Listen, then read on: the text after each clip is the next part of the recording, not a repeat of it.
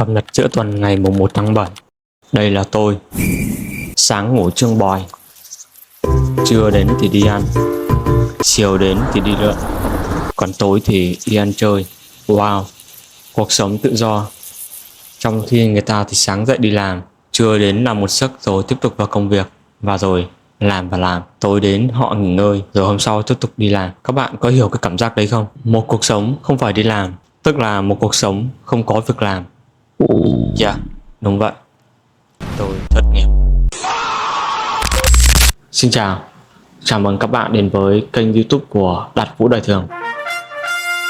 Có bao giờ các bạn nghe ai đó nói rằng tôi mệt quá rồi, tôi chán quá rồi và tôi sẽ nghỉ việc, nhưng rồi 3 tháng, 6 tháng, 1 năm hay thậm chí là vài năm sau đó họ vẫn tiếp tục làm việc, vẫn ở đó, vẫn đi làm mỗi sáng, vẫn than phiền về công việc, vẫn luôn cảm thấy kiệt quệ và luôn nghĩ đến một ngày nào đó mình sẽ thoát khỏi nơi này. Nhưng rồi những suy nghĩ về việc tìm kiếm vị trí mới, họ cập nhật CV, họ tham gia ứng tuyển vào những công ty khác, trải qua những cuộc phỏng vấn và thấp thỏm để chờ đợi kết quả. Về bản chất vẫn chỉ là chuyển từ cống hiến ở công ty này đến một công ty khác. Điều đó khiến cho họ chùn bước, bởi vì suy cho cùng nghỉ việc không chỉ là nghỉ việc mà là chấp nhận bước vào một cái giai đoạn đầy bất định.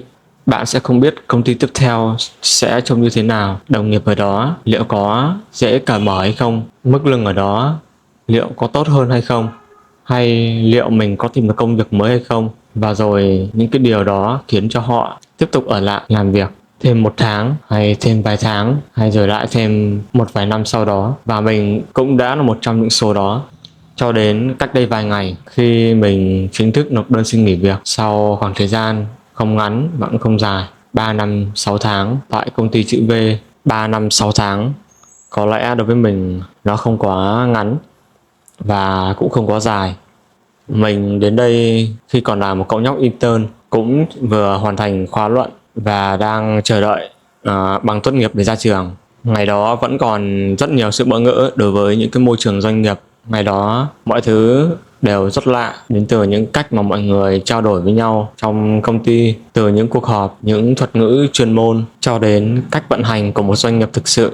Mình vẫn nhớ những cái cảm giác lần đầu khi được ngồi họp chung với team, được nghe mọi người trao đổi và gần như chẳng hiểu được bao nhiêu. Nhưng may mắn là mình được gặp những người đồng nghiệp rất là tốt, những đàn anh nhiệt tình, những người anh, những người bạn sẵn sàng chia sẻ, nhiệt tình giúp đỡ. Rồi thời gian cứ thế trôi qua, từ những cái công việc nhỏ nhất đến những cái hệ thống lớn hơn, từ một người luôn phải hỏi người khác cho đến lúc có người tìm đến mình để hỏi. Trong một cái khoảng thời gian đó có những cái giai đoạn rất áp lực và cũng có những cái giai đoạn phải thức khuya, thậm chí là vừa ăn vừa làm việc, điện thoại thì kêu inh ỏi reo lên vì những cái sự cố indicate. Có những tuần hầu như là lúc nào cũng trong cái trạng thái ready để xử lý sự cố. Nhưng tổng quan nhìn lại thì đó là một cái quãng thời gian rất ý nghĩa đối với mình. Đó là một cái khoảng thời gian mà mình học được nhiều nhất, không chỉ là những cái kỹ năng chuyên môn mà còn là những cái mindset, tư duy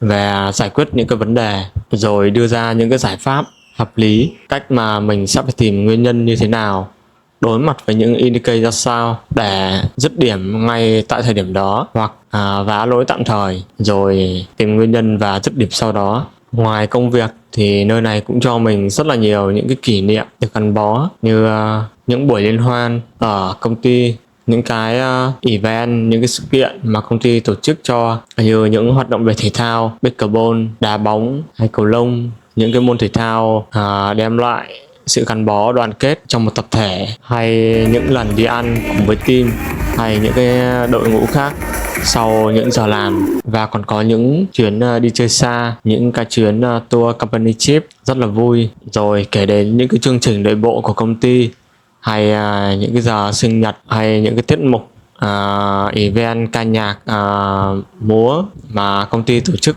vào hàng năm. Mình cũng từng tham gia và gặp rất nhiều những con người mới. Chung quy thì đó cũng là một cái kỷ niệm rất là đáng nhớ.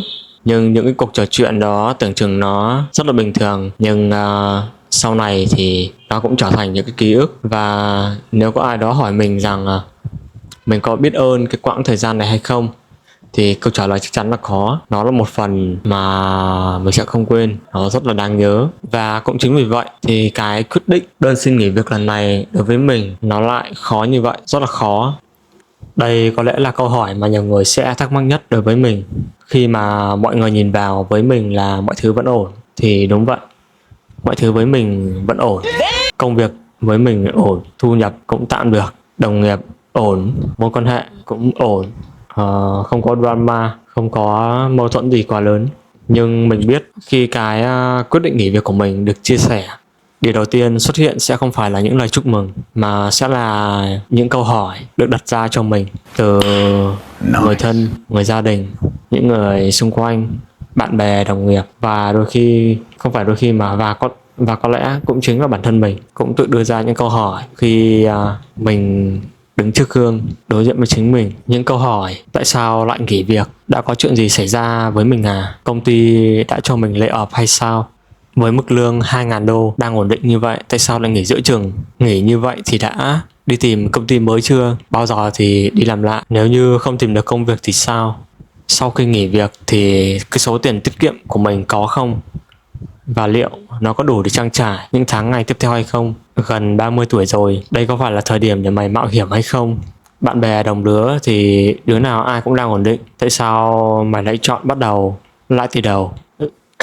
Rồi thì chuyện yêu đương, kết hôn và lập gia đình, chuyện sau này mày sẽ tính như thế nào? Thì thực ra mình nghĩ những cái câu hỏi này đó là những câu hỏi hoàn toàn bình thường. Nếu là bố mẹ, có lẽ điều họ lo nhất không phải là điều mà mình sẽ nghỉ việc, mà là sau khi nghỉ việc thì liệu có đủ khả năng để chăm sóc cho chính bản thân mình hay không. Còn nếu là bạn bè hay đồng nghiệp, có lẽ họ chỉ tò mò muốn biết vì sao với một người đang có một công việc ổn định với mức lương 2.000 đô mỗi tháng lại quyết định rời đi giữa chừng như vậy, quyết định nộp đơn xin nghỉ việc giữa chừng như vậy. Trong khi đó đây là một thời điểm rất là nhạy cảm. Còn với chính bản thân mình cũng đã tự hỏi rất nhiều câu hỏi đó với chính mình khi đứng ở trước gương. Liệu đây có phải là một quyết định đúng đắn? Liệu mình có đang đánh đổi sự ổn định để đổi lấy một điều quá là mơ hồ? Nếu như công việc mới nó không như kỳ vọng của mình thì sao? Nếu mình thất bại thì sao? Nếu vài tháng nữa mình vẫn chưa tìm được hướng đi phù hợp mới thì sao? Rất là nhiều câu hỏi vì sao dành cho mình. Mình thì không nghĩ những cái nỗi lo đó là tiêu cực, mà ngược lại, những cái quyết định này mà mình đưa ra nó không hề bốc đồng. Mình đã suy nghĩ rất là nhiều, đã đắn đo rất là nhiều và chấp nhận rằng mọi sự thay đổi đều sẽ đi kèm với sự rủi ro. Không một ai có thể đảm bảo rằng tương lai của mình sẽ tốt hơn, nhưng cũng không ai biết được điều gì sẽ xảy ra nếu mình mãi không ra bước ra khỏi vùng an toàn. Và mình sau những ngày tháng như vậy, mình cũng thấy ra một điều, đó là sự ổn định đôi khi lại là điều bất ổn định. Bởi vì khi mình có quen với một môi trường, quá quen với một công việc, quá quen với một nhịp sống, mình sẽ rất dễ quên mất rằng bản thân mình vẫn còn có thể phát triển nhiều hơn nữa. Và cũng chính vì mọi thứ đều ổn định như vậy, đang diễn ra và ổn định như vậy, nên quyết định nghỉ việc đối với mình lại càng khó. Bởi vì nếu như một công ty quá tệ thì có lẽ mình đã nghỉ từ lâu rồi. Nếu môi trường quá áp lực, có lẽ mình cũng không phải suy nghĩ nhiều đến mức như vậy. Nhưng trường hợp của mình lại khác. Mình làm trong một công ty công nghệ thông tin thuộc về cloud, mảng production, dạng cloud computing ấy. Công việc chính là vận hành hệ thống, một chuyên viên vận hành hệ thống. Công việc của mình theo dõi hệ thống, xử lý những sự cố, đảm bảo mọi thứ hoạt động ổn định và nhanh chóng.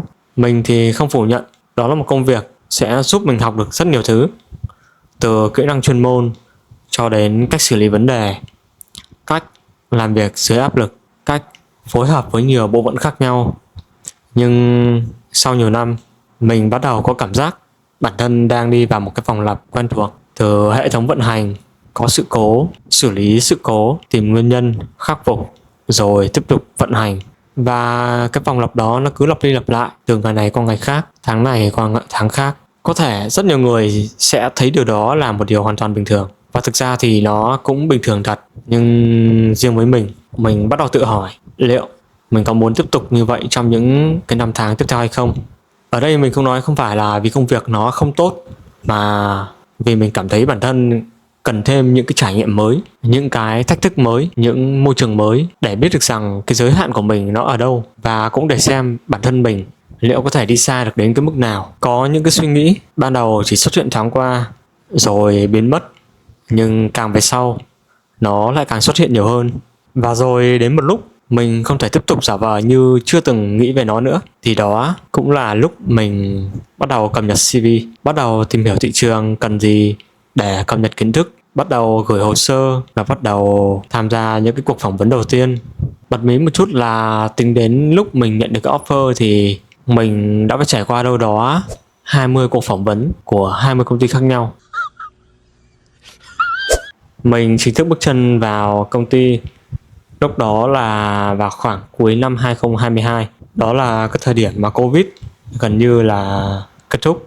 Mọi người cũng bắt đầu quay trở lại văn phòng, cuộc sống cũng dần trở lại bình thường. Nhưng ảnh hưởng mà Covid để lại thì nó vẫn còn đó. Thời điểm đó, có lẽ nhiều người nghĩ rằng khi dịch bệnh kết thúc thì mọi thứ sẽ nhanh chóng quay trở lại như trước. Nhưng thực tế lại không hoàn toàn như vậy.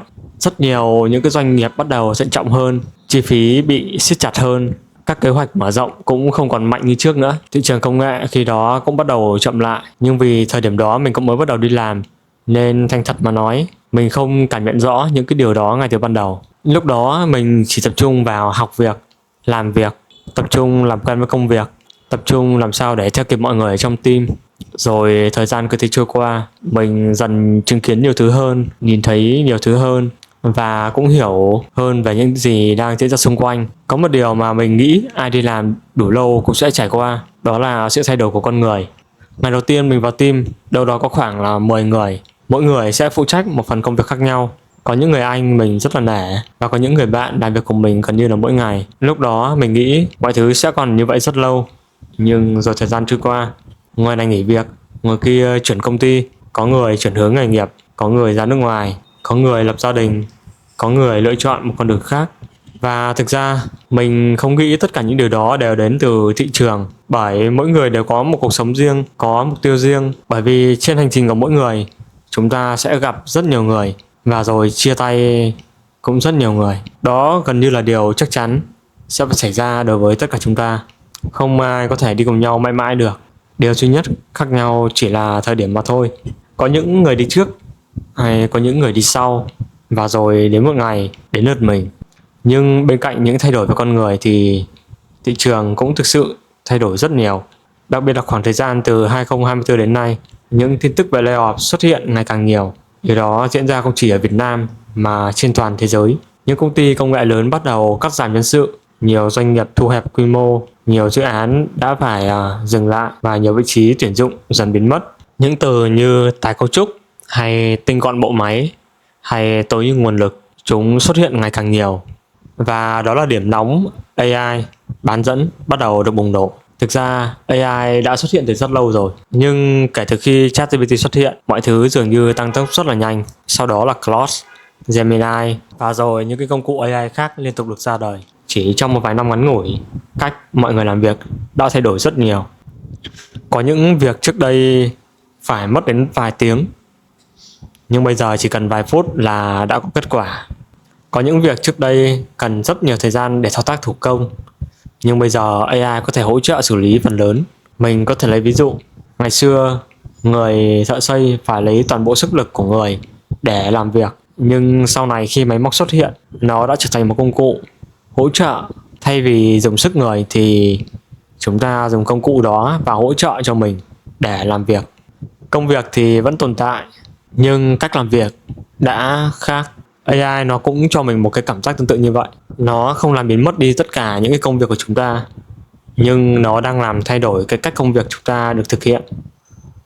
Một người có thể làm được nhiều việc hơn, một đội ngũ có thể được vận hành với ít người hơn, và doanh nghiệp cũng bắt đầu suy nghĩ khác đi, vận hành khác đi, hay đầu tư khác đi. Điều đó làm ảnh hưởng đến toàn bộ thị trường lao động.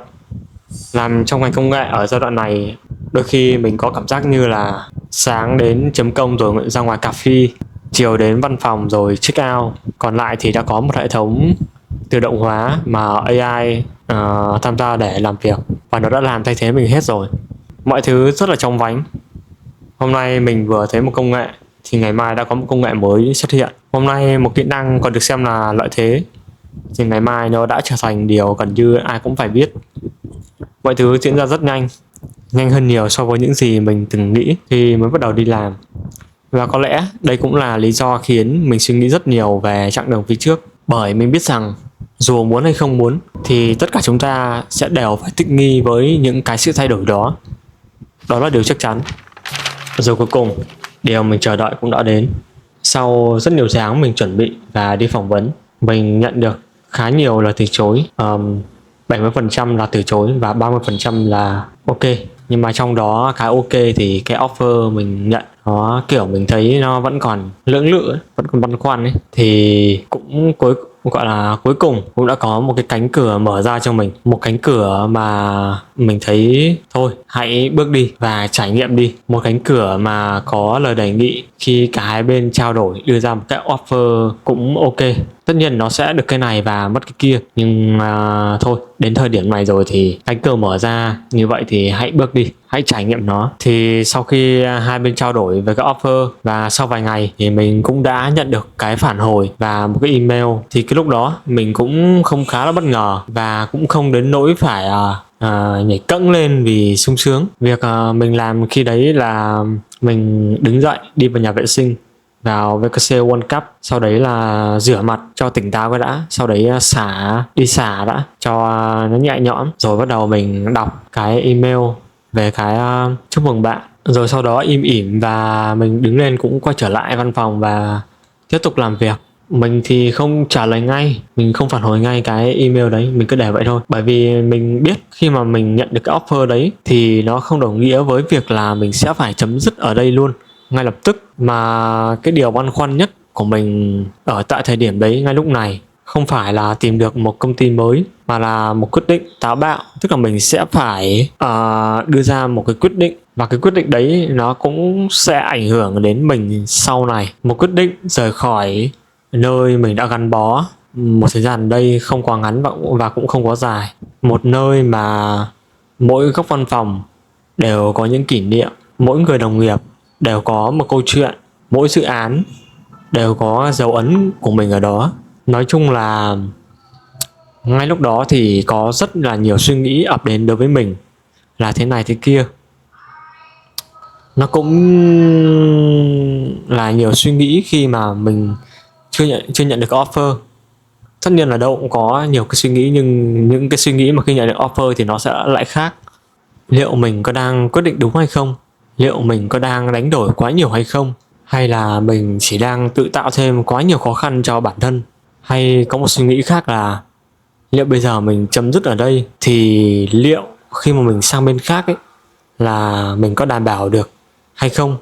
Hay rồi lại được vài hôm thì mình lại bắt đầu cảm thấy chán, cảm thấy không phù hợp, rồi lại lãng phí cái thời gian đấy rồi đi tìm ở một số khác. Nói chung là nó sẽ có đánh đổi. Và nói chung là mình cũng mất 1-2 ngày để suy nghĩ về cái vấn đề đấy sau khi nhận được cái offer và phản hồi.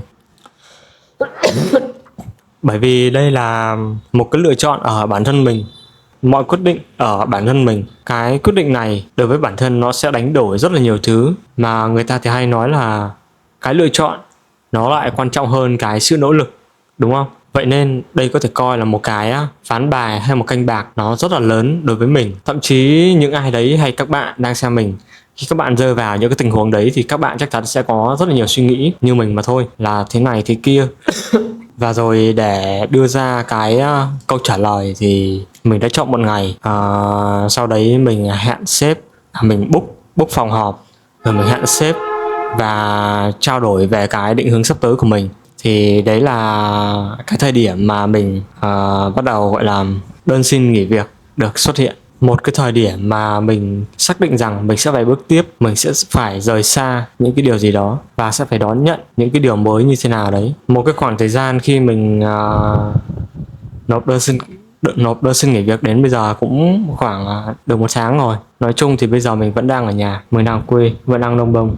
Suy nghĩ thì sẽ không có suy nghĩ nhiều. Nói chung là nó được thoải mái hơn, đầu óc được thư giãn hơn, không còn bị gò bó gì nhiều. Thoải mái đi ra ngoài, đi chơi, thư giãn đầu óc, tận hưởng cuộc sống. Một cuộc sống đúng kiểu tự do, một cuộc sống đúng kiểu không còn một cái gì nó bắt mình phải chèn ép để tạo ra những giá trị nữa.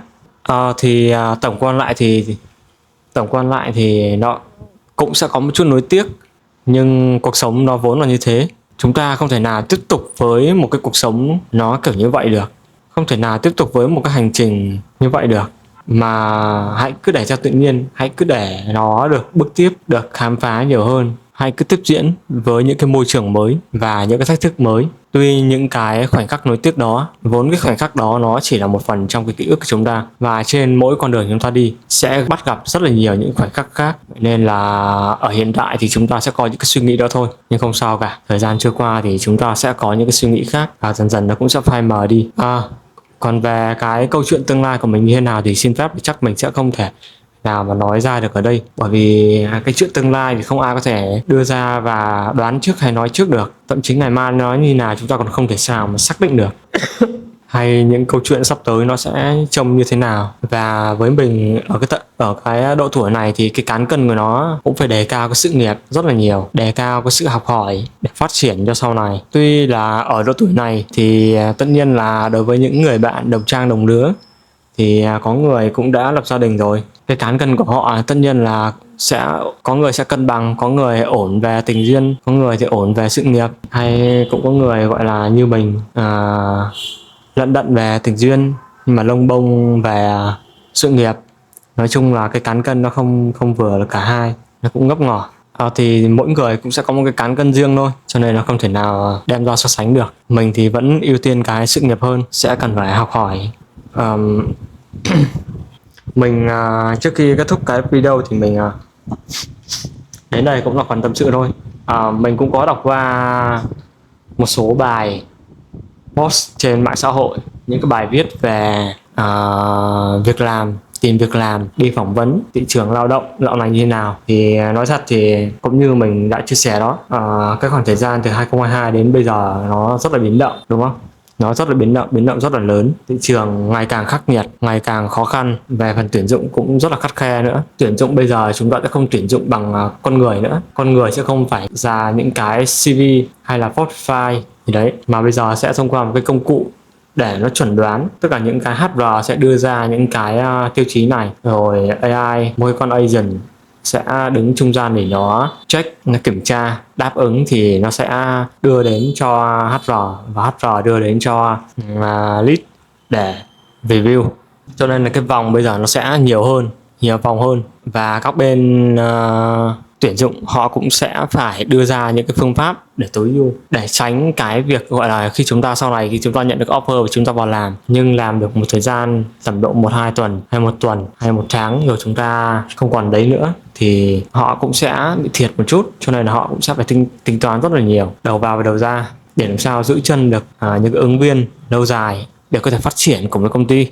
Đấy là một. Cái thứ hai là về các bài toán doanh nghiệp thì bây giờ họ cũng đang đến cái phương án gọi là tối ưu. Họ cũng sẽ phải tái lại cái cấu trúc về cái tuyển dụng và cái cách thức làm việc, cũng như on-site hay là outsource hay production rất là nhiều. Họ cũng sẽ phải tái lại cái cấu trúc và định hình cái cách tổ chức hay làm việc. Cho nên là cái nhu cầu ngày càng là lớn, và cái nhu cầu tuyển dụng bây giờ nó cũng không dạng kiểu tuyển những con người mới nữa. Và bây giờ những cái bạn gọi là đi ra ngoài ấy, học thì phải học kỹ càng, phải học hiểu rõ bản chất khi còn ngồi trên ghế nhà trường, phải học hiểu rõ, sau đó ra trường ở cái thời điểm mà họ được intern, tức là thực tập sinh ấy, họ sẽ phải được làm quen với các công cụ, sau đấy apply vào một cái dự án gọi là demo hay lab. Thì cái thời gian đấy phải học thật là kỹ, và khi nhận thì người ta sẽ nhận những cái ứng viên không phải những ứng viên chuyên môn cao, mà là những cái ứng viên có được cái base vững để có thể vào làm luôn với cái dự án của họ. Và bây giờ các tổ chức thì cũng không tuyển dụng nhiều, mà họ chỉ tuyển dụng ví dụ như trong một cái phòng ban hay là một cái team sẽ bao gồm một số thành viên thôi. Ví dụ như ngày trước tầm độ 10 người đi, thì bây giờ cho xuống tầm khoảng 4 người 5 người, còn lại sẽ đầu tư cái AI vào cho những cái ứng viên đó để họ có thể sử dụng cái base và cái mindset của họ, và yêu cầu cho AI để AI gửi cái thông tin, và từ đó sẽ phát triển, sẽ áp dụng vào cái hệ thống vận hành của họ. Đấy là một trong những cách mà tối ưu của doanh nghiệp.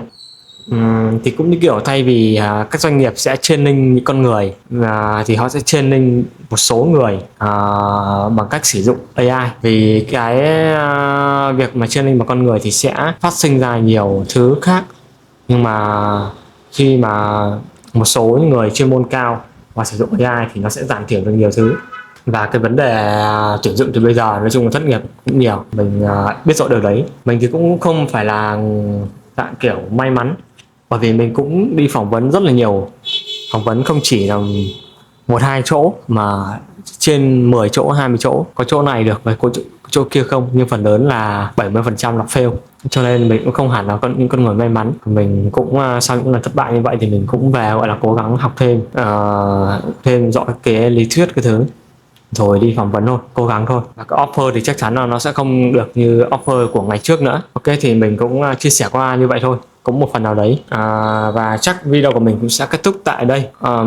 Cũng không thể biết khuyên như thế nào với các bạn, chỉ biết là các bạn hãy đã xác định được một cái mục tiêu thì các bạn hãy cố gắng lên, hãy tập trung vào nó. Thời gian nào cũng vậy cả, chúng ta luôn phải đánh đổi. Bây giờ chúng ta phải đánh đổi cái này, và sau khi chúng ta nhận được thì chúng ta cũng sẽ phải đánh đổi thôi. Ok, không còn gì băn khoăn nữa, không còn gì liên thuyên nữa. Mình cũng sẽ phải tận hưởng nốt cái khoảng thời gian này, và rồi sẽ lại một cuộc sống mới. Cuộc sống không biết sẽ thế nào, thôi cứ tận hưởng trước mắt đã. Còn bây giờ sẽ kết thúc video tại đây. Cảm ơn các bạn đã theo dõi, lắng nghe mình đến bây giờ. Các bạn hãy cho mình một like, một comment về cái chia sẻ của các bạn, như một share. Nhớ bấm đăng ký kênh ủng hộ mình nhé, bấm subscribe để ủng hộ mình. Mình có thời gian thì mình sẽ làm video về kênh của Đạt Vũ Đời Thường. Mình muốn chia sẻ cái cuộc sống đời thường của mình. Có thời gian thì mình cứ chia sẻ cái cuộc sống đời thường của mình thôi, cho nên là mình đặt nó là Đạt Vũ Đời Thường, bởi vì tên của mình và đời thường của mình. Ok, không có gì nữa bạn, không có gì liên thuyên nữa. Cảm ơn các bạn rất nhiều. Thanks for watching my video.